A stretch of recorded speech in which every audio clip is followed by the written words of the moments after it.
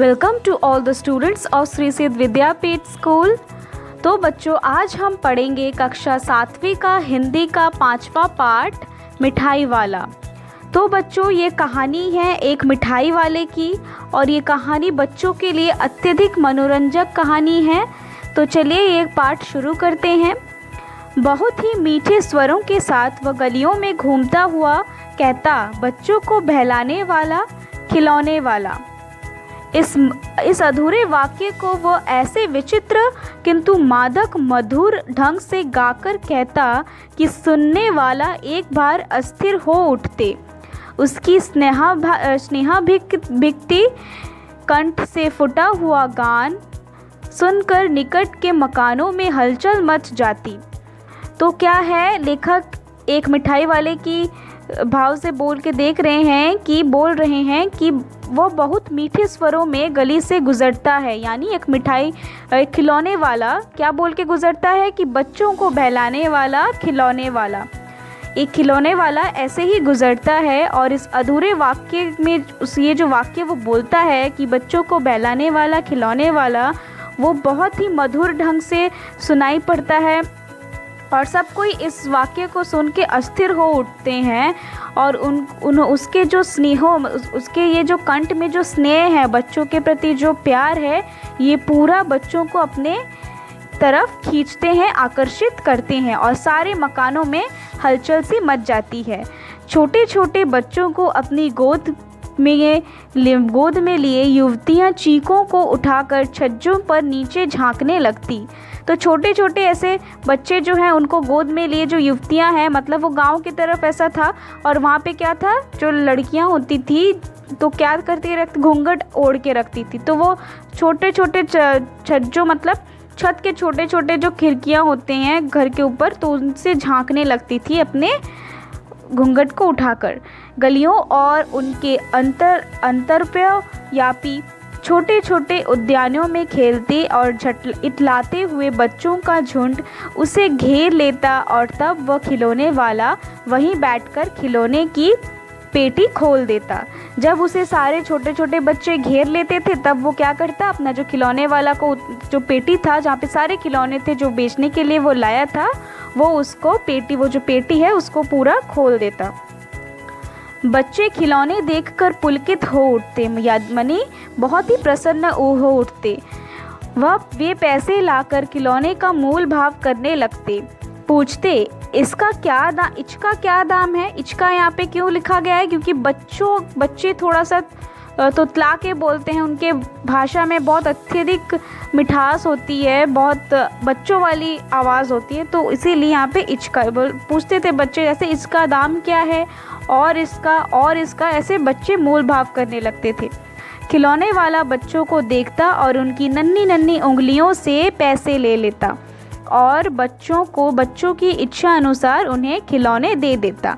खिलौने लेकर फिर बच्चे उछलने कूदने लगते और तब फिर खिलौने वाला उसी प्रकार गा कर कहता, बच्चों को बहलाने वाला, खिलौने वाला। सागर की हिलोर की भांति उसका ये मादक गान गली भर के मकानों में इस ओर से उस ओर तक लहराता हुआ पहुंचता और खिलौने वाला आगे बढ़ जाता। तो जब बच्चे ले लेते हैं खिलौने, तो फिर से वो वाक्य दोहराता और फिर वो आगे बढ़ जाता। राय विजय बहादुर के बच्चे भी एक दिन खिलौने लेकर घर आए। वे दो बच्चे थे, चुन्नू और मुन्नू। चुन्नू जब खिलौने ले आया तो बोला, मेला घोड़ा कैसा चुंदल है। जैसे बच्चे बोलते हैं तुतला के कि मेरा घोड़ा बहुत सुंदर है। तो ये किनके बेटे थे? चुन्नू और मुन्नू विजय बहादुर जी के बेटे थे। वो भी खिलौने एक दिन लेके आए और ऐसे बोलने लगे। मुन्नू बोला, और देखो मेरा कैसा चुंदल है। तो उसका जो दूसरा भाई मुन्नू था, वो भी ऐसे बोला, प्यार से बोला, मिठास भरी आवाज़ों से बोला कि देखो मेरा भी बहुत सुंदर है।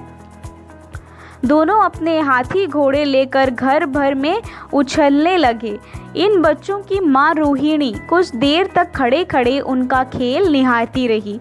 अंत में दोनों बच्चों को बुलाकर उसने पूछा, अरे ओ चुन्नू मुन्नू, ये खिलौने तुमने कितने में ले लिए?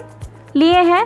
तो वो जो दोनों बच्चे थे वो ऐसे हाथी घोड़े लेकर घर भर में उछलने लगे, खेल कूद करने लगे। तभी उनकी जो माँ है, उनका नाम क्या है, रोहिणी, आकर उनसे पूछती, उनका खेल देखती रही, कुछ देर तक निहारती रही, मतलब देखती रही। और फिर अंत में जाके उन दोनों बच्चों को बुलाकर यह पूछा कि ये जो दोनों खिलौने लिए तुमने कितने पैसों में लिए हैं। तो मुन्नू बोला 2 पैसे में खिलौने वाला दे गए। तो मुन्नू ने क्या बोला कि 2 पैसे में। रोहिणी सोचने लगी इतने सस्ते कैसे दे गया यह तो वही जाने, लेकिन दे तो गया ही है, इतना तो निश्चय है। तो रोहिणी क्या सोचने लगी, उनकी माँ क्या सोचने लगी कि इतने सस्ते, मतलब इतने कम दाम में कैसे उसने खिलौने दे दिया, लेकिन अगर दे तो दिया है फिर दे के तो चला ही गया है। एक ज़रा सी बात ठहरी, रोहिणी अपने काम में लग गई। फिर कभी उसे इस पर विचार करने की आवश्यकता की भला क्यों पड़ती। तो ये तो छोटी सी बात है, तो इसमें और क्या सोचना है। फिर वह जो उनकी माँ है रोहिणी, वो अपने काम पे लग गई और इसका विचार वो करने की जो आवश्यकता है वो उसमें नहीं आई। 6 महीने बाद नगर भर में 2-4 दिनों से एक मुरली वाले के आने का समाचार फैल गया है। लोग कहते हैं, भाई वाह, मुरली बजाने में वह एक उस्ताद है।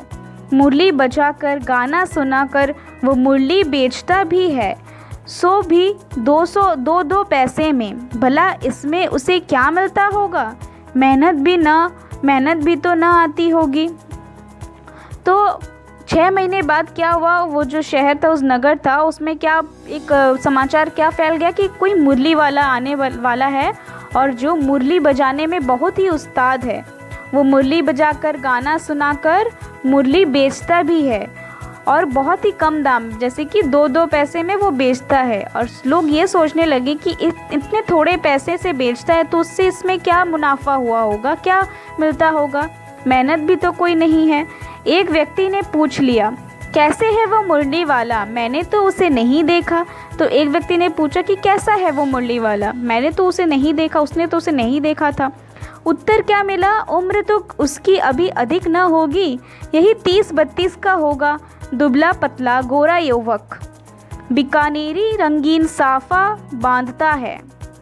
तो वो क्या बोलने लगा कि कम उम्र का ही होगा, लगभग 30-32 साल का होगा और बहुत ही दुबला पतला गोरा एक युवक है, एक लड़का है जिसने एक बीकानेर रंगीन साफा बांधा हुआ है, जैसे कि यहाँ पे पगड़ी बांधा हुआ है।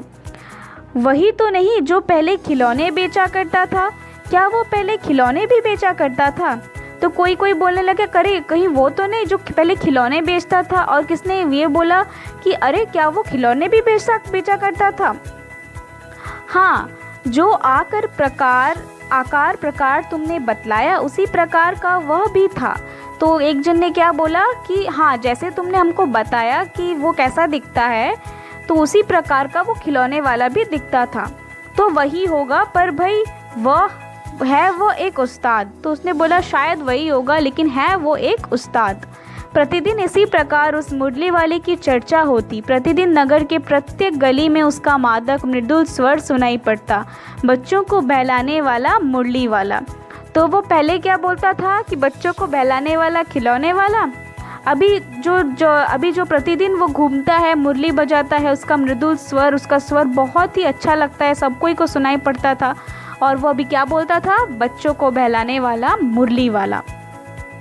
रोहिणी ने भी मुरली वाले का ये स्वर सुना, तुरंत ही उसे खिलौने वाले का स्मरण हो आया। उसने मन ही मन कहा, खिलौने वाला भी इस तरह गाकर खिलौने बेचा करता था। रोहिणी उठकर अपने पति विजय बाबू के पास गई। ज़रा उस मुरली वाले को बुलाओ तो चुन्नू मुन्नू के लिए ले लूँ, क्या पता ये फिर इधर ना आए या फिर आए। वह भी जान पड़ता है पार्क में खेलने निकल गए हैं। तो वो रोहिणी जो है उसको फिर क्या याद आ गया, वो खिलौने वाला के बारे में याद आ गया कि वो भी ऐसे ही गा कर खिलौने बेचा करता था। तो उसने अपने पति जो है विजय बाबू को, उनको क्या बोला कि आप ये मुरली वाले को हमारे घर पे बुला के लाइए, चुन्नू मुन्नू के लिए हमको मुरली खरीदना है। विजय बाबू एक समाचार पत्र पढ़ रहे थे, उसी तरह उसे लिए और हुए दरवाजे पर आकर मुरली वाले से बोले, क्यों भाई, किस तरह देते हो मुरली। मुरली वाले से बोले, क्यों क्यों भाई, किस तरह देते हो मुरली? विजय बाबू ने, किसी की टोपी गली में गिर पड़ी, किसी का जूता पार्क में छूट गया और किसी की सोथनी पजामा की ढीली होकर लटक गई। इसी तरह दौड़ते हाफते हुए बच्चों का झुंड आ पहुंचा। तो मुरली वाले को देखकर सारे बच्चे इतने प्रसन्न थे कि वो कहीं अपना जूता छोड़ देते थे, कहीं कुछ छोड़ के ऐसे दौड़ते हाफते पार्क से पूरा मुरली वाले के पास आके पहुंच गए। एक स्वर से सब बोल उठे, अब भी लेन दे, हम भी लेंगे मुरली। ठीक है, ऐसे ही बोलने होते, अब भी लेन दे मुरली, मतलब बच्चों का स्वर जैसा होता है। तो सारे बच्चे बोलने लगे कि हम भी मुरली लेंगे। मुरली वाला हर्ष गदगद हो उठा, बोला, सबको देंगे भैया, लेकिन ज़रा रुको, ठहरो, एक एक को देने दो, अभी इतनी जल्दी हम कहीं लौट थोड़ी ही जाएंगे। तो मुरली वाला ने क्या बोला कि सबको देंगे, थोड़ा रुको, हम क्या अभी चले जा रहे हैं? बेचने तो आए ही है, और हैं भी इस समय मेरे पास 1-2 नहीं, पूरी 57 मुरली है। मतलब उसके पास कितने मुरली हैं? 57। हाँ बाबूजी, क्या पूछा था आपने, कितने में दी? दी तो वैसे 3-3 पैसे के हिसाब से है, पर आपको 2-2 पैसे में ही दे दूंगा। तो जो बाबूजी, मतलब विजय जो बाबू थे, उन्होंने जब पूछा था कि मुरली कैसे, कितने रुपए में देते हो, तो उन्होंने क्या बोला, अभी क्या बोला, ये सारी बातें बोल के तो बोला कि वैसे तो मैं 3 रुपए में देता हूँ, लेकिन मैं आपको 2 रुपए में ही, 2-2 पैसे में ही दे दूंगा। विजय बाबू भीतर बाहर दोनों रूपों में मुस्कुरा दिए, मन ही मन कहने लगे, कैसा है, देता तो सबकी इसी भाव से है, पर मुझ पर उल्टा एहसान लाद रहा है। फिर बोले, तुम लोगों की झूठ बोलने की आदत होती है, देते होगे सभी को 2-2 पैसे में, पर एहसान का बोझा मेरे ही ऊपर लाद रहे हो। तो विजय बाबू ने क्या अपने अंदर बाहर, मतलब भीतर बाहर, अपने मन ही मन में मुस्कुरा के क्या कहने लगे कि ये तो सब कोई को 2-2 पैसे में ही बेचता है, लेकिन मेरे को उल्टा बोला कि लेकिन मैं 3 पैसे में बेचता हूँ, लेकिन आपको मैं 2 पैसे में लूँगा। तो इसीलिए उसने क्या बोलने लगा कि ना, मुरली वाले को क्या बोला कि तुम लोगों को तो झूठ बोलने की आदत होती है, सब कोई को 2-2 पैसे में दे रहे हो, पर मुझ पर ऐसा जता रहे हो कि बहुत ही बड़ा एहसान कर रहे हो। मुरली वाला एकदम अप्रतिभ हो उठा, बोला, आपको क्या पता बाबूजी कि इनकी असली लागत क्या है? यह तो ग्राहकों का दस्तूर है कि दुकानदार चाहे हानि उठाकर चीज़ क्यों ना बेचे, पर ग्राहक यही समझते हैं दुकानदार मुझे लूट रहा है। तो मुरली वाले ने एकदम जवाब, उसने अप्रतिभ, मतलब थोड़ा सा गुस्से में आकर, थोड़ा अप्रतिभ होकर जवाब दिया। क्या बोला कि आपको क्या पता है कि इस मुरली का दाम कितना है, इस मुरली का असली लागत कितना है? और उसने ये भी बोला कि ये तो ग्राहकों का एक दस्तूर है कि वो दुकानदार चाहे कितनी भी तकलीफ़ें उठाकर कोई भी चीज़ क्यों ना बेचे, उन लोगों को लगता है कि दुकानदार उन्हें हमेशा लूट रहा है। आप भला काहे को विश्वास करेंगे, लेकिन सच पूछिए तो बाबूजी, असली दाम 2 ही पैसा है। आप कहीं से 2 पैसे में ये मुरली नहीं पा सकते। मैंने तो पूरी 1000 बनवाई थी, तब मुझे इस भाव पड़ी है। तो उसने ऐसा बोला कि इसका असली दाम 2 पैसा ही है, आप मुझे ये 2 पैसे में ही पा सकते हैं वो ये मुरली। और इसने ये भी बोला कि यही भाव पड़ती है। उसने 1000 मुरली ऐसी बनाई हैं। विजय बाबू बोले, अच्छा मुझे ज़्यादा वक्त नहीं, जल्दी से 2 ठो निकाल दो। तो विजय बाबू ने क्या बोला, 2 निकाल दो। 2 मुरलियाँ लेकर विजय बाबू फिर मकान के भीतर पहुंच गए। मुरली वाला देर तक उन बच्चों के झुंड में मुरलियाँ बेचता रहा। उसके पास कई रंग की मुरलियाँ थी। बच्चों को जो रंग पसंद करते, मुरली वाला उसी रंग की मुरली निकाल देता। यह बड़ी अच्छी मुरली है, तुम ये लो बाबू। राजा बाबू, तुम्हारे लायक तो बस यह है। हाँ भैये, तुमको वही देंगे, ये लो। तुमको वैसी न चाहिए, ये नारंगी की अच्छी, वही ले लो। ले आए पैसे। अच्छा ये लो, तुम्हारे लिए मैंने पहले से ही यह निकल के रखी थी। तुमको पैसे नहीं मिले, तुमने अम्मी से ठीक तरह मांगे ना होंगे। धोती पकड़कर पैरों में लिपट कर अम्मा से पैसे मांगे जाते हैं बाबू। हाँ फिर जाओ, अब की बार मिल जाएंगे 2 अन्नी। तो क्या हुआ, ये लो पैसे वापस लो। ठीक हो गया ना हिसाब, मिल गए पैसे। देखो मैंने तरकीब बताई। अच्छा अब तो किसी को नहीं लेना है, सब ले चुके। तुम्हारी माँ के पास पैसे नहीं है, अच्छा तुम भी ये लो। अच्छा तो अब मैं चलता हूँ। तो ये जो बातें सारी हुई हैं ये किसके बीचों बीच हुई है? बच्चों के बीचों बीच। कभी कोई वो इतना अच्छा था कि वो सारे बच्चों को मदद करता था, उनसे पूछता था कि तुमको क्या पैसे नहीं मिले, तो वो ऐसे ही दे देता था। और उनमें अगर पैसों की कोई गड़बड़ी होती थी तो वो भी बोल देता था कि आपकी मम्मी ने इतना दिया इतना दिया। तो ये सारी बातें वो अपने बच्चों, छोटे छोटे बच्चे ग्राहकों को बोलता था और उनकी ध्यान भी रखता था। आज अपने मकान पे बैठी हुई रोहिणी मुरलीवाले की सारी बातें सुनती रही। आज भी उसने अनुभव किया बच्चों के साथ इतने प्यार से बातें करने वाला फेरी वाला पहले कभी नहीं आया। फिर वह सौदा भी कैसा सस्ता बेचता है, भला आदमी जान पड़ता है। समय की बात है जो बेचारा इस तरह मारा मारा फिरता है, पेट जो ना कराए सो थोड़ा। तो ये सारी बातें कौन सुन रही थी? मकान में बैठे, मतलब अपने घर पे बैठी रोहिणी ये सारी बातें सुन रही थी। तो वो क्या सोचने लगी कि ये जो मुरली वाला है ये बहुत ही उसने अनुभव यह किया कि ये बहुत ही बच्चों के साथ प्यार से बातें करता है। और उसने ऐसा फेरी वाला, मतलब ऐसा दुकानदार कभी नहीं देखा। और चाहे कोई और इतना सौदा जो करता है, मतलब इतना सस्ता हर चीज़ बेचता है कम दाम में, तो उसको लगा कि ये बहुत ही भला आदमी है। और ये समय की बात है कि इस बेचारे को ऐसे मारा मारा फिरना पड़ रहा है। इसी समय मुरली वाले का क्षीण स्वर दूसरी निकट की गली से सुनाई पड़ा, बच्चों को बहलाने वाला मुरली वाला। रोहिणी इसे सुनकर मन ही मन कहने लगी, और स्वर कैसा मीठा है इसका। बहुत दिनों तक रोहिणी के मुरली वाले का वह मीठा स्वर और उसकी बच्चों के प्रति वह स्नेह स्निग्ध बातें याद आती रहीं। महीने के महीने आए और चले गए, फिर मुरली वाला न आया। धीरे धीरे उसकी स्मृति भी क्षीण हो गई। तो ऐसे क्या हुआ, जब मुरली वाला आता था बेचता था तो ऐसे चला गया। रोहिणी को ये सारी बातें बहुत याद रखने लगी। धीरे धीरे क्या हो गया, महीने बीतते गए, फिर मुरली वाला और वहाँ पे नहीं आया। और धीरे धीरे वो जो है एक स्मृति बन के रह गई और धीरे धीरे स्मृति भूलने भी लगी थी। फिर से 8 महीने बाद, मतलब 8 मास बाद, सर्दी के दिन थे। रोहिणी स्नान करके मकान की छत पर चढ़कर आजानुलंबित को केश राशि सुखा रही थी। इस समय नीचे की गली से सुनाई पड़ा, बच्चों को बहलाने वाला मिठाई वाला।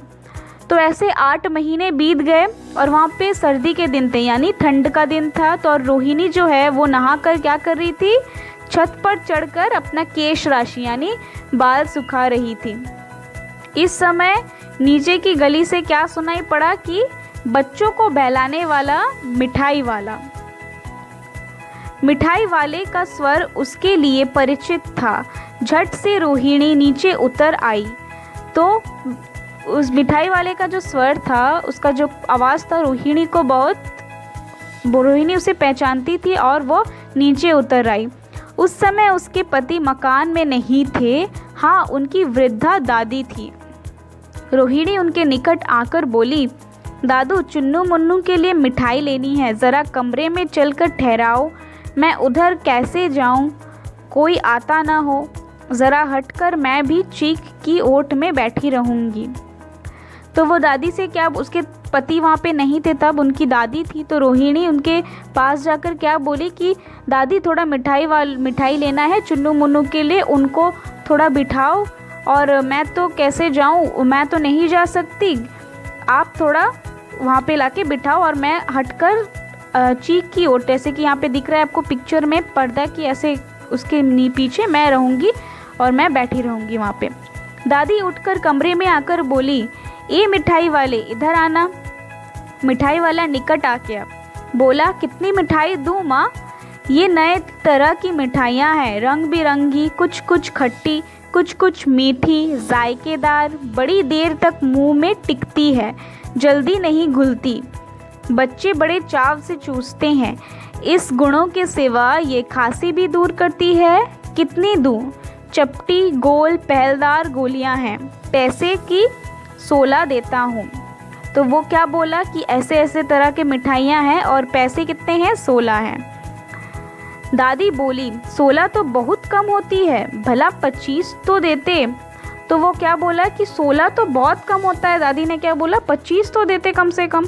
मिठाई वाला, नहीं दादी, अधिक नहीं दे सकता, इतना भी देता हूँ, यह अब मैं तुम्हें क्या, खैर मैं अधिक न दे सकूँगा। तो मिठाई वाले ने क्या बोला कि मैं ज़्यादा नहीं दे सकता, मैं इतना ही दे सकता हूँ। रोहिणी दादी के पास ही थी, बोली, दादी फिर भी काफ़ी सस्ता दे रहा है, 4 पैसे की ले लो, यह पैसे रहे। तो वो क्या बोला, फिर भी काफ़ी बहुत सस्ता है। रोहिणी ने क्या बोला कि दूर से क्या बोला कि दादी ये बहुत ही फिर भी काफ़ी सस्ता है, आप 4 पैसे की ले लो। मिठाई वाला मिठाइयाँ गिनने लगा, तो 4 की दे दो। अच्छा 25 नहीं सही 20 ही दे दो। अरे हाँ, मैं बूढ़ी हुई मोल भाव अब मुझसे ज़्यादा करना भी नहीं आता। कहते हुए दादी ने पोपले मुंह से ज़रा सी मुस्कुराहट फूट निकाली। पोपले मुंह से ज़रा सी ऐसे दादी ने हंसते हंसते बोला। रोहिणी ने दादी से कहा, दादी इससे पूछो तुम इस शहर में और कभी भी आए थे या पहली बार आए हो, यहाँ के निवासी तुम तो नहीं। तो रोहिणी ने दादी से बोला कि इस मिठाई वाले से पूछो कि तुम इस शहर में कब आए थे, पहले क्या कभी आए हो, ऐसे ही पूछने को कहा, और यहाँ के तो तुम निवासी नहीं हो। दादी ने इस कथन को दोहराने की चेष्टा की थी ही कि मिठाई वाले ने उत्तर दिया, पहली बार नहीं, और भी कई बार आ चुका हूँ। रोहिणी चीख की आड़ से ही बोली, पहले यही मिठाई बेचते हुए आए थे या और कोई चीज़ लेकर? तो मिठाई वाला हर्ष, संशय और विस्मय आदि भावों में डूबकर बोला, यानी मिठाई वाला थोड़ा चौंक गया कि उसे ऐसी प्रश्न क्यों पूछ रही है रोहिणी। तो उसने क्या बोला कि इससे पहले मुरली लेकर आया था और उससे भी पहले खिलौने लेकर आया था। रोहिणी का अनुमान ठीक निकला। अब तो वह उससे और भी कुछ बातें पूछने के लिए अस्थिर हो उठती। वह बोली, इन व्यवसायों में भला तुम्हें क्या मिलता होगा? तो उसने रोहिणी का जो अनुमान था वो ठीक था कि ये वही आदमी है, और उसने ये भी पूछ लिया कि उससे बहुत सारे प्रश्न पूछने की इच्छा जग गई उसमें, और उससे ये भी पूछना चाहती थी कि ये जो काम कर रहा है, ये जो व्यवसाय कर रहा है, इसमें उसको क्या मिलता है।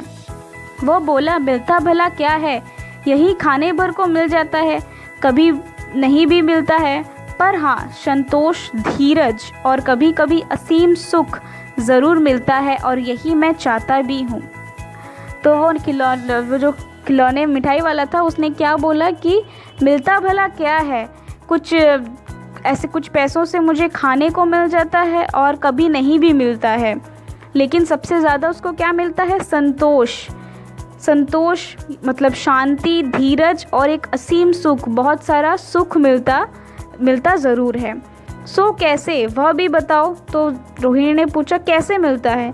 अब व्यर्थ उन बातों की क्या चर्चा करूं, उन्हें आप जाने ही दें, उन बातों को सुनकर आपको दुख होगा। जब इतना बताया है तब और भी बता दो, मैं बहुत उत्सुक हूँ, तुम्हारा हर्जा ना होगा, मिठाई मैं और भी ले लूँगी। तो उसने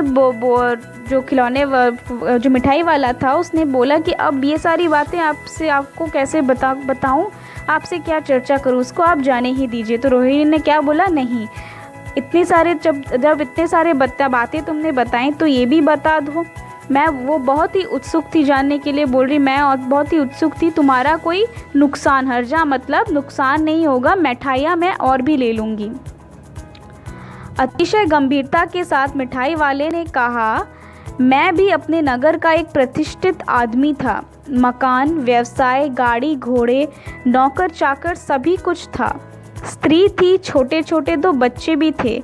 तो ऐसे ही मिठाई वाले ने कहना शुरू किया कि वो भी एक अच्छा ही प्रतिष्ठित आदमी था, वो ऐसा काम नहीं करता था, वो भी उसके भी बड़े बड़े घर थे, व्यवसाय थे, गाड़ी थे, घोड़े थे, नौकर थे, चाकर थे, और उसकी एक स्त्री भी थी और छोटे छोटे 2 बच्चे भी थे। मेरा वह सोने का संसार था, बाहर संपत्ति का वैभव था, भीतर सांसारिक सुख था।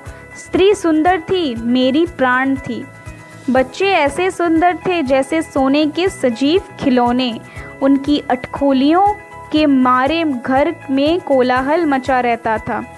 तो उसने यही सब बोला कि मैं ऐसे घर में रहता था, मेरा बहुत ही अच्छा एक संसार था, वहाँ संपत्ति था, वैभव थी, एक सुख भी था, सांसारिक सुख। उनकी जो स्त्री है वो भी बहुत सुंदर थी, बच्चे भी बहुत अच्छे थे और उनके कोलाहल में ही समय बीतता जाता था।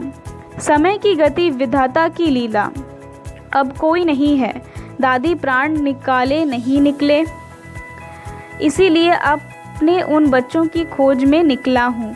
वह सेब अंत में होंगे तो यहीं कहीं, आखिर कहीं ना कहीं जन्मे ही होंगे।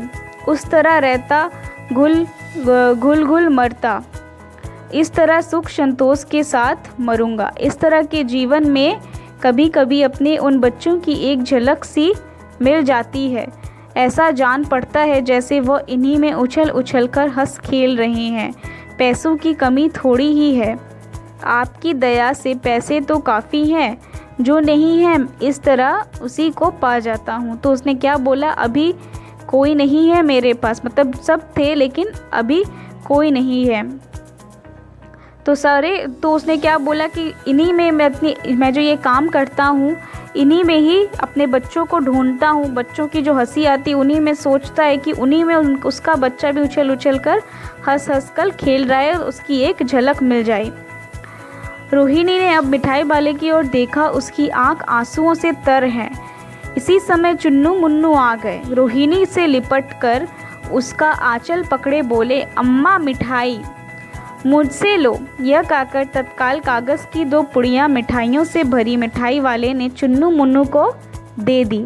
रोहिणी ने भीतर से पैसे फेंक दिए।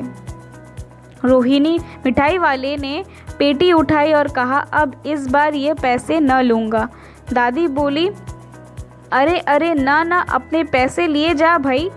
तब तक आगे फिर सुनाई पड़ा उसी प्रकार मादक मृदुल स्वर में बच्चों को बहलाने वाला मिठाई वाला। तो वो रास्ते में क्या किया अंत में कि वो जो बातें बोला, तो अब बोला कि अब इस बार ये पैसे नहीं लूँगा। तो दादी ने क्या बोला, नहीं तुम पैसे लेके तो जाओ। तब तक वो जा चुका था और फिर से ये स्वर में गाने लगा था कि बच्चों को बहलाने वाला मिठाई वाला। इसके लेखक हैं भगवती प्रसाद वाजपेयी जी। तो बच्चों, ये बहुत ही प्रेरणादायक एक कहानी है, बहुत ही मनोरंजक दायक भी है, बहुत कुछ सिखाती है हमारे जीवन में। कितने ये जो मिठाई वाला है, इसके जीवन में कितने सारे दुख हैं, कष्ट हैं, लेकिन फिर भी ये उनसे लड़ रहा है और थोड़ा सा प्रसन्नता भी खोज रहा है।